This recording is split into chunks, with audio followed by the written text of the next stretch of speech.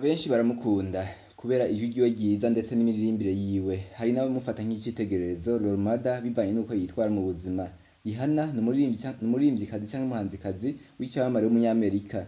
Uyu munsi tugiye kubwira amateka yiwe yose. Ushobora kuba wibaza vyinshi ku buzima bwiwe ndetse ushobora kumukunda. Ico tugusaba ni kimwe gusa, no gukora subscribe canke s'abonner kugira ngo uzohore ukurikirana amateka y'ivyamamare haba mu ngeri zitandukanye, mu muziki no mu bindi bitandukanye. Ico tugusaba ni gukora j'aime, partage na commentaire, munabisangize n'abandi. Amazina yiwe yiswe n'abavyeyi yitwa RIHANNA Fenty, ariko azwi cyane canke yamamaye cyane ku mazina ya Rihanna. Yavutse itariki 20 z'ukwa kabiri 1988, avukira i San Michel Mizinga canke mu bigwa vya Barbados. Ni umuririmvyikazi canke umuhanzikazi, akaba actrice ndetse akaba entrepreneur uwitunganiza imigambi canke rwiyemezamirimo. Yatanguye kuririmba mu 2003, yabaye mu nzu zitunganya umuziki canke label Rock Nation, Dem Jeff, SLP na Westbury Road. Asanzwe aririmba imidiho canke injana ya pop, R&B, hip hop na dance. Afise site officiel yiswe RIHANNA.com. Ubuto bwiwe canke son enfance. Rihanna yavukiye kuri Saint Michel canke Saint Michael kuri paroisse yo muri Barbados. Abavyeyi biwe bafise inkomoko yo muri Caraïbe. Nyina wiwe yitwa Monica Braithwaite, ni umukontable cyangwa accountant avuka muri Guyana. Naho se wiwe Ronald Fenty ni umudandaza afise amamuko muri Ireland cyangwa Ireland. Rihanna asanzwe afise abavukanye babiri b'abahungu aribo Rory na Rajad Fenty, n'abavukanye babiri b'abakobwa n'undi muhungu akurikira Rihanna. Se we yamuvyara n'undi mugore. Rihanna nabo bavukana bakuriye mu bungalow y'ivyumba bitatu i Bridgetown, aho ari kumwe na se wiwe bagurisha impuzu mu isoko. Ubuto bwa Rihanna bwaranzwe no kuba hafi ya se wiwe, aho se wiwe yanagurisha cocaine ndetse na marijuana. Abavyeyi ba Rihanna bakoze divorce Rihanna afise imyaka 14 gusa, no kuvuga mu 2000. Maze Rihanna atangura kugwara kenshi umutwe, akunda kugwara kenshi umutwe, aho vyanateye ubwoba abaganga kuko Rihanna yagwara kenshi cyane. Rihanna yakuze akunda kumviriza umudiho wa reggae, aho yatanguye kuririmba afise imyaka 7. Rihanna yize amashuri y'intango canke amashuri abanza kuri Charles F. Bloom Memorial Primary School, ndetse amashuri yisumbuye ayiga canke secondary school. Yiga kuri Lycée Campbell School, aho ari kumwe n'abakobwa babiri bigana bashizeho groupe musicale. Nubwo Rihanna yashaka kwiga agaheza amashuri, Rihanna yaciye ahitamo guheba kugira ngo ashobore gukurikirana indoto ziwe zahavuye zimuhira nako mwumva ko n'umuririmbyi w'icamamare. Intango y'umuziki 2003. Kuririmba kwa Rihanna byavuye ku producer babiri b'abanyamerika aribo Carol Soken ndetse na Evan Rogers, aho Rihanna yahuje na producer Rogers n'abagenzi, aho hari mu kwezi kwa 12 mu 2003. Producer Rogers yaciye asaba Rihanna ko yomusanga aho ari kugira ngo asubiremo indirimbo nka Emotion ya Samantha Sang ndetse na Hello ya Mariah Carey. Kubera ko yabonye ko Rihanna afise impano, producer Rogers yaciye amujyana i New York ma visit aho Rihanna yari kumwe na nyina wiwe Monica.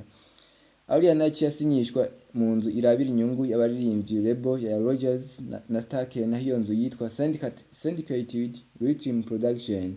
Mu kwezi kwa 2005, kubera yamaze gusohora indirimbo zigakundwa, niho perezida yararongoye Dem Jeff Recording ariwe Jay-Z yasaba ko yohura na Rihanna, aho Rihanna yasubiyemo indirimbo nka For the Love of You ya Whitney Houston, aho Rihanna yaciye asinya kuzokorera album 6 muri Def Jam Recording. Album ya mbere Rihanna yasohotse mu kwezi kwa 8 2005, ayo album yarimwo reggae na R&B ndetse na pop, ayo album yakunzwe ndetse igwa cyane kuko yaguzwe ama exemplaires miliyoni 2 ndetse ishigwa kuri disque d'or. Aho iyo album ya Rihanna yayise Music of the Sun. Indirimbo ya mbere kuri album yise Pon de Replay irakunzwe cyane, maze iza mu kibanza cya kabiri kuri Billboard Hot 100. Nyuma y'ukwezi asohoye album yaciye atangura gutunganya indi album yise A Girl Like Me, bisigura umukobwa ameze nkanje, aho yayisohoye mu kwezi kwa 4 2006. Indirimbo yo kuri iyi album yise Unfaithful na Break It Off zarakunzwe cyane ndetse ziba iza mbere kuri Billboard Hot 100, aho zamaze indwi zitatu canke ivyumweru bitatu ari za mbere. Indirimbo Unfaithful yatowe nk'indirimbo mpuzamahanga y'umwaka w'ibihumbi bibiri na gatandatu, aho yatowe muri NRG Music Award. Indirimbo ya Break It Off yakoranye na Sean Paul yamaye cyane, aho yaguzwe ama exemplaires miliyoni 4.5. Kuri album ya gatatu ya Rihanna yahevye gukoresha umudiho canke injana ya reggae, maze akoresha umudiho canke injana ya pop, R&B, dance na pop rock. Ayo album yise Good Girl Gone Bad, bisigura ngo umukobwa mwiza yagiye nabi. Ayo album yasohotse mu kwezi kwa kwindwi mu 2007. Ayo album yariko indirimbo ya mbere yayo yise Umbrella, bisigura umutaka canke parapluie. Aho indirimbo yamaze amayinga canke ivyumweru ndwi ari ya mbere kuri Billboard Hot 100. Aho iyo ndirimbo nyinshi zari kuri album ya Good Girl Gone Bad zakunzwe ku rugero rukomeye cyane. Ndetse iyo album iba album ya kabiri yaguzwe muri Amerika mu mwaka w'2008, yaguzwe n'ama exemplaires miliyoni 8.5. Ndetse iyo album yari isubiyemwo Good Girl Gone Bad Reloaded, ndetse nayo irakunda ku rugero rukomeye, bituma akora ibiteramo byinshi mu bihugu bya Buraya. Album yakurikiye yise Rated R, inkomoko y'izina ndetse n'inkomoko y'iyi album yavuye ku bihe bibi Rihanna yagiye cyane cyane mu buzima bw'ibanga, na cyane ufatwa nabi n'umukunzi we Chris Brown bakundanye ico gihe. Byasigura ibihe bibi Rihanna yaciyemwo, ariko byatumye akura haba mu muziki ndetse no mu bindi, ndetse anerekana isura nshasha ya Rihanna. Iyi album yasohotse itariki 23 z'ukwezi kwa 2019, ndetse album yakunda ku rugero ruteye ubwoba. Mu mwaka wa 2010 Rihanna yateguye ibiteramo bizenguruka isi yise Last Girl on the Earth Tour, bisigura ngo umukobwa wa nyuma ku isi, aho yagiye mu bihugu nk'Ububirigi n'Ubufaransa. Nk'Umubirigi yagiye mu gisagara ca Anvers, maze mu Bufaransa ajya mu bisagara vya Lyon, Marseille ndetse na Paris, ndetse ajya muri Australia, aho yakoreye ibiteramo mu bisagara canke mu miji ikomeye yaba muri Australia ndetse nazunguruka no muri Amerika. Rihanna yasohoye album ya gatanu yise Loud. Iyo album yasohotse itariki 15 z'ukwezi kwa 2010, umwaka umwe inyuma album ya kane yise Rated R, aho inyuma yuko iyo album ya Rated R yari album irimo indirimbo zibabaje. Ayo album ya Loud yoyo yari album nezereje irimo imidiyo canke injana za pop, R&B, dance na rock ndetse na reggae. Mu ndwi zitanu iyo album yaguzwe n'abantu 1,600,000. Indirimbo yo kuri iyo album ya Loud yise Only Girl in the World yarakunzwe cyane bikomeye ku isi yose, aho yabaye iya mbere mu ndirimbo zumvije cyane mu bihugu nk'Ubwongereza, Australia, Canada, ndetse imara iminsi myinshi ari iya mbere kuri Billboard Hot 100.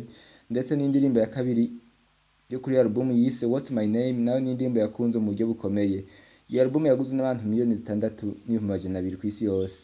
Album ya gatandatu ya Rihanna yise Talk That Talk, bisobanura ngo vuga ko uvuga, aho yayisohoye itariki 21 z'ukwezi kwa 11 2011 nyene. Aho iyo album irimo zakunzwe cyane. Itariki 30 z'ukwa kane 2012 Rihanna yasohoye indirimbo aho yayise Where Have You Been. Iyo ndirimbo yanditse amateka akomeye kuko yarabwe n'abantu 4,900,000 ku rubuga rwa YouTube mu masaha 28, kuvuga mu munsi umwe gusa. Album y'indwi yayise Unapologetic, ndetse hampande y'iyo album yasohoye indirimbo zakunzwe nka Diamond, aho yayisohoye mu kwezi kwa 9 2012. Run This Town yakoranye na Jay-Z, Right Now yakoranye na David Guetta, What's Now. Kubera indirimbo Diamond yakunzwe cyane, Rihanna yatunganije ibiteramo bizenguruka isi, aho yayise Diamond World Tour, aho yagiye mu bihugu bya Buraya, muri Aziya ndetse no muri Afrika, aho yakoreye igitaramo muri Afrika, muri South Africa cyangwa muri Afrika y'Amajyepfo. Mu 2015 Rihanna yasohoye indirimbo zakunzwe cyane arizo 5 4 Seconds yakoranye na Kanye West, Bitch Better Have My Money ndetse na American Oxygen. Mu 2015 nyene Rihanna yatunganije umuzingo cyangwa tourne cyangwa tour yise Anti-World Tour, aho yazungutse ibihugu byinshi akora ibiteramo. Mu kwezi kwa 2023 Rihanna yitabiriye ibirori bikomeye bya Super Bowl byabereye i Glendale muri leta ya Arizona muri Amerika. Mu buzima bwite bwa Rihanna, vie privée cyangwa private life. Mu mpera zo mu 2011 Rihanna yahagaritse ibiteramo bibiri byari kubera mu gisagara cyangwa umujyi wa Malmo wo muri Sweden. Imvugo ko ivyo biteramo nuko yafashwe n'ingwara maze ajanwa mu bitaro, ndetse no mu 2012 yasubiye agwara kandi. Muri 2014 Rihanna yitwariwe n'ubutungane aho mukotaba cyangwa mu accountant wiwe yatumye asaba ideni umwenda. Ico gihe ubutunzi bwa Rihanna bwarakorotse cyane kuko yatakaje miliyoni 7 z'amadolari. Muri 2017 Rihanna yabuze umuvyara canke cousin Tyvon Cassane Alain yiciwe i Barbade. Muri 2019 ku myaka 31 Rihanna yaba muririmbyi wa mbere cyangwa umuhanzikazi afite amafaranga menshi, aho ubutunzi bwiwe bwaharurwa muri miliyoni 600 z'amadolari. Mu 2022 Rihanna yaba umuririmbyikazi wa mbere cyangwa umuhanzikazi wa mbere akwije miliyari y'amadolari. Ubuzima bw'urukundo love life. Nkuko yari cyamamare nawe yagiye akundana n'ibyamamare mu muziki nka Chris Brown. Bakundanye kuva mu 2008 aho yavanye na Chris Brown, bivuga ko Chris Brown yoba yaramuhohoteye violence physique et morale, bisigura ko yoba yaramuhohoteye ku mubiri no ku mutima mu kumubwiye amajambo mubabaza. Rihanna nyuma yo kuvana na Chris Brown yakundanye n'umukinnyi wa basketball Matt Kemp, aho urukundo rwabo rwahagaze mu 2010. Mu 2012 Rihanna yasubiranye na Chris Brown, aho byagaragaye ko basubiranye mu birori bya MTV Video Music Award 2012, aho yanakoranye n'indirimbo bise Birthday Cake na Nobody Business yari kuri album ya Rihanna yitwa Unapologetic. Mu kwezi kwa gatatu 2013 bongeye gutanduka, bavuga ko batandukanye burundu. Mu 2016 mu kwezi k'umunani Rihanna yakundanye n'umuraperi w'umunyakanada w'icyamamare nyine yitwa Drake, maze batandukanye mu kwezi kwa 12 na 2016 nyene. Mu by'ukuri ko bamaranye amezi 4 gusa. Mu 2018 Rihanna yakundanye n'umunya Saudi Arabia yitwa Hassan Jameel, aho bavanye mu 2020. Mu kwezi kw'icumi 2020 niho byavuga ko Rihanna akundana na A$AP Rocky, aho A$AP Rocky yemeje ko bakundana na Rihanna mu kwezi kwa 5 2021. Aho yabitangarije mu kimenyeshamakuru cya GQ magazine, aho yavuze ko Rihanna ari umugore w'ubuzima bwiwe femme de sa vie. Mu kwezi kwa 5 2022 niho Rihanna na A$AP Rocky babyana umwana wa mbere, ndetse no mu mwaka wa 2023 mu kwezi k'umunani Rihanna na A$AP Rocky babyana umwana wa kabiri. Urukundo rwa Rihanna na Chris Brown ni rumwe mu nkundo z'amamare kandi zavuze ko byinshi, aho n'urukundo rwabayemo gushwana gukomeye. Ibikorwa by'urukundo byo gufasha nk'umuntu yakuriye mu buzima bugoye, Rihanna nawe yagize umutima wo gufasha abandi. Mu 2016 yashinze association yise Believe, bisigura izere, ayo association ifasha ababaye ndetse ikanavuza abagwayi, aho buri mwaka ivuza barenga 10,000 mu isi. Rihanna yakoze ibiteramo byinshi by'ubuntu, aho amafaranga yava muri ibyo biteramo yacaje kuyafashisha abagwayi ndetse n'abandi bari mu byago bitandukanye by'ubuzima. Ubukire canke umutungo canke ubutunzi asanzwe afise muri rusange. Rihanna ni umuririmbyi wateye imbere, ni nawe muririmbyi wa mbere ashobora kuba afise amafaranga menshi, umuririmbyikazi wa mbere afise amafaranga menshi, kuko izina ryiwe ryaramaye ku rugero rwo hejuru, bituma izina ryiwe rishika kure. Rihanna yagiye asinyana amasezerano yo kwamamaza amakampani akomeye cyangwa kubabera brand ambassador, harimo nka Gucci, Puma, Dior, LMVH, aho LMVH irimo na za rwiwe, aho aya makampani yaba yamuhaye amafaranga menshi cyane.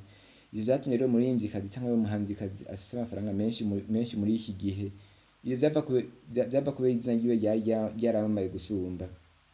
Izina rya Rihanna ryaramamaye ku rugero rwo hejuru, bituma n'igihugu yavukamo cya Barbados kimenyekana, ndetse bahitamo ko nabimushimira.